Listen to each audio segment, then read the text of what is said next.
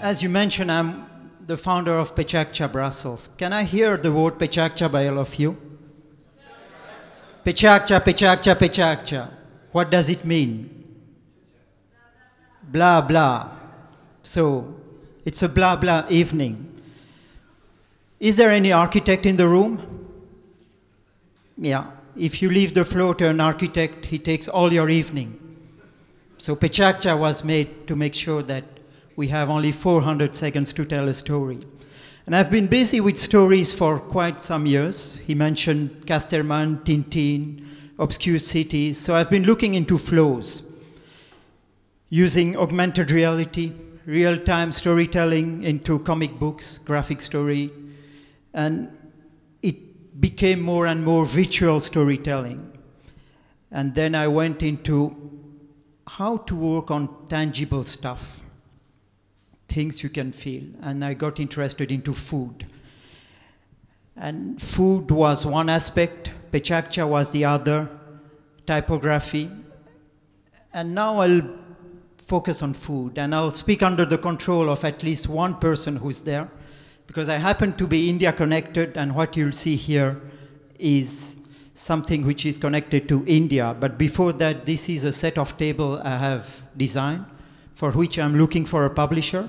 So it's a kind of, so if there is a publisher in the room, welcome. But in few seconds, you are not supposed to tell what it is, because you know, okay? This is something coming from east of India, and it's called, who has been to India here? Have you eaten this?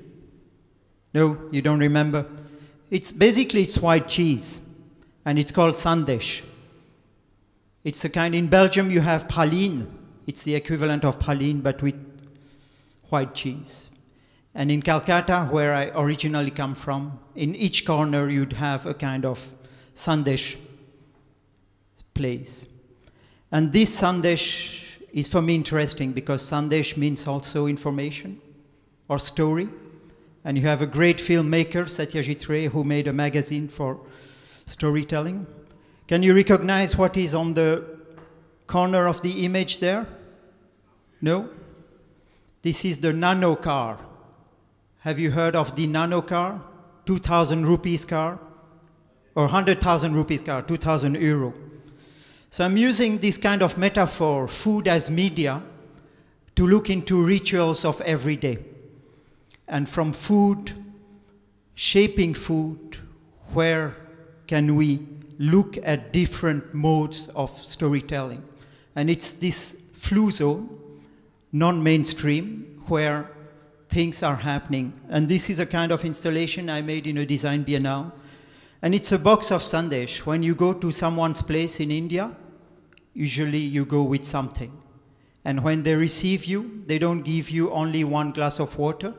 They give you a glass of water with some sweet stuff, sweet food.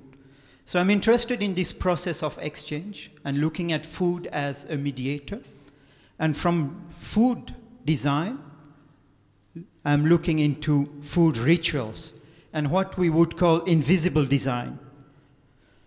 Who is the designer?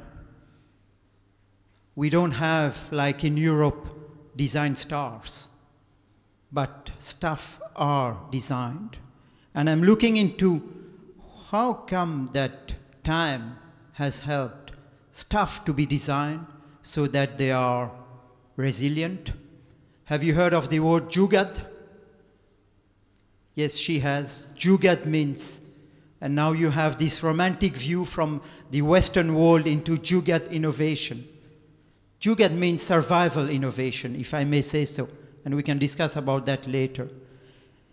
Mobility, telephone, container, sustainable development, all this kind of stuff are connected to, in a way, food, or that is what I'm trying to explore and to share in exhibitions, in talks, in workshops, and try to see food street. What does it bring into dynamics of urbanity. Look at the mouth of the lady in the back there. She is completely in her food. And this leads to the next visual, where I'll talk about impermanent permanent.